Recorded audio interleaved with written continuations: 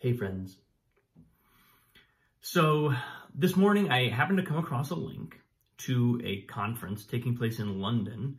It's a climate change conference, but it was a very specific one because it was run by Sadhguru. It's called Save Soil, and it's all about how soil is a living organism and understanding how significant soil is in the overall climate change scheme of things. And it's something Sadhguru has been speaking about for years and years and years. Anyway, it was this amazing conference that it was happening live, so I just kind of jumped on it.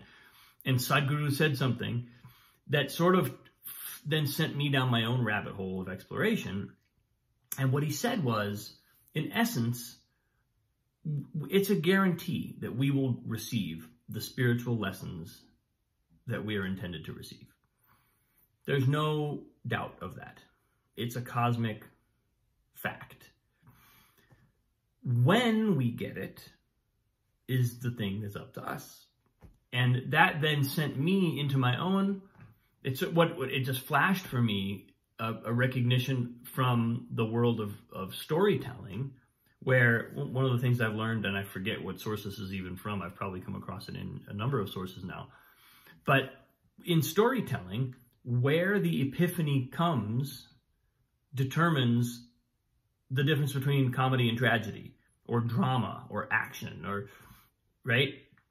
If the epiphany comes in time to do something and to take the actions that need to be taken, then you've got a victorious hero, you've got, virtually every action movie ever written, you've got a comedy, and if the epiphany comes too late to take the actions necessary, then you have a tragedy.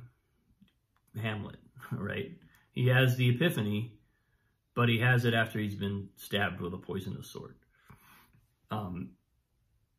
And so then that got me thinking about, I've also had, for some reason, I've had in my mind recently, I've had something kicking around my head around the topic of aging and what it means to age. And again, it was kind of like just sort of serendipitous. Sadhguru said something about aging.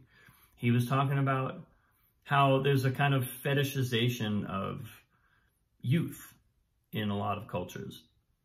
And this idea that we would still kind of like be living or have the feel of an 18-year-old when we're in our 60s, 70s, 80s.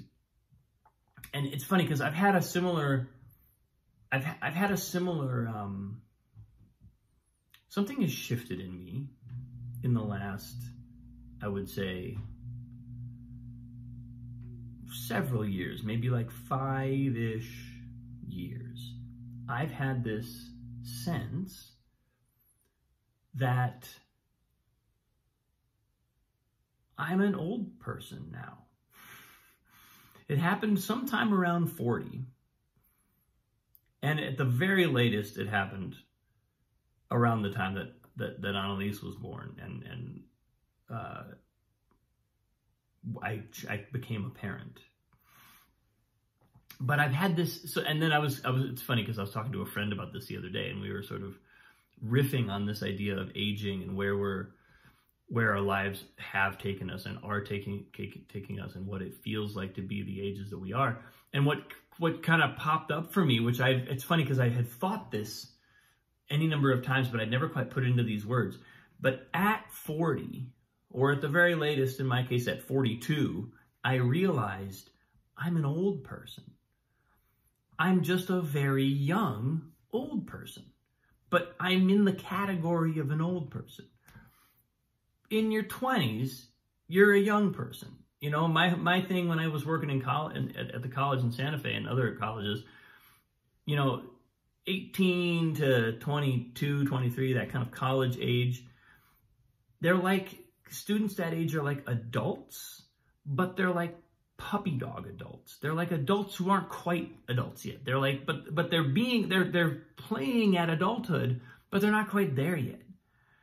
And then out of that, you graduate into, I'm a young adult. 20, 25, 23, 24, 25, somewhere around there. It's like, okay, I'm a young adult. And then you stay a young adult least till you're 30, more like 35. By your late 30s, it's like, my sense is you're still a young person, but you're an older young person. And 39, you're kind of an old young person. 40, you're a young old person. And I don't know if those distinctions are helpful. They just entertain me. But in hearing Sadhguru sort of affirm how important it is to age and how important it is to embrace aging, today I really felt that. I really appreciated that. I appreciate the idea that we give ourselves permission to age, because if you try to act like a young person when you're an old person, even if you're a young old person, you try to act like an old young person, it's not the same thing. It's not gonna work. We're gonna kind of not be steering the ship in quite the way that it wants to be steered, and we feel it. We feel it in our body, we feel it in our mind, we feel it in our energy. So there's a real skill to that. There's a real skill to aging. Aging is the most long-term thing we do. There's a great quote, and I have no idea where this comes from, but this is in the area of Qigong. Someone, at some point, I wish I could remember the source of this, but there's a quote about Qigong, which is, when you ask the question, who has the best Qigong? Look around and see who is old and happy. They have the best Qigong. And it's this radical shift in perspective from thinking that the best Qigong is the most advanced actual physical practice, that the best Qigong is somehow about the highest level of, discipline or whatever, which is all the stuff that you can kind of get caught in when you're a practitioner. It's easy to put a lot of emphasis on the sophistication. I mean, that's what we're doing, right? That's what the practice is. It's a developmental process. We're going deeper, we're going further, we're expanding. But remembering that there's a kind of cosmic life journey, and that the essence of that journey is the aging process, and that to arrive at an old age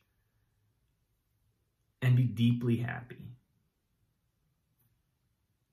is kind of everything. It's because I think it includes it's not everything in the sense of, doesn't matter what you do with your life as long as you're happy. I don't think that that's how to take it. I think it's more that the notion that we can be happy changes as we get older and older. Like to arrive at a place where in old age we're truly, genuinely happy presupposes a fair amount of work along the way.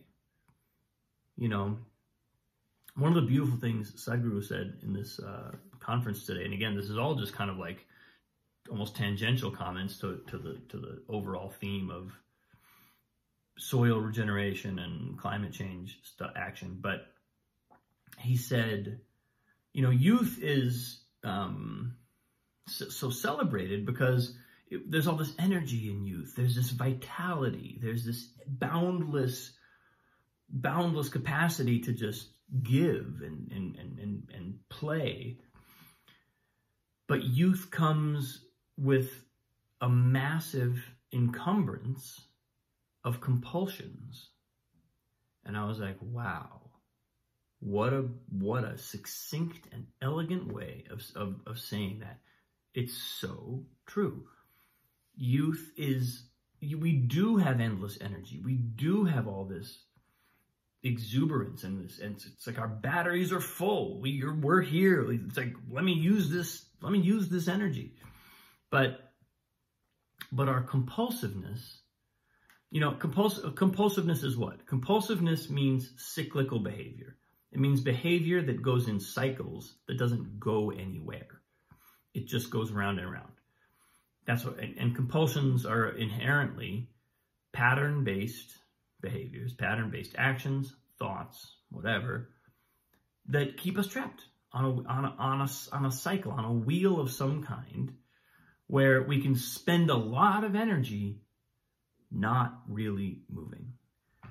And youth comes with a giant, I mean, it's basically like all of our karma, right? When we arrive on the planet, all of our karma is there. So we're going to get those layers, little by little, we're going to grow, they're going to get stacked on us, and then we're going to be eventually looking at our karma, our patterns, our habitual, stored up memory of who we are, who we think we are, and start working with that. So that's the beauty of age. In age, as we gain time,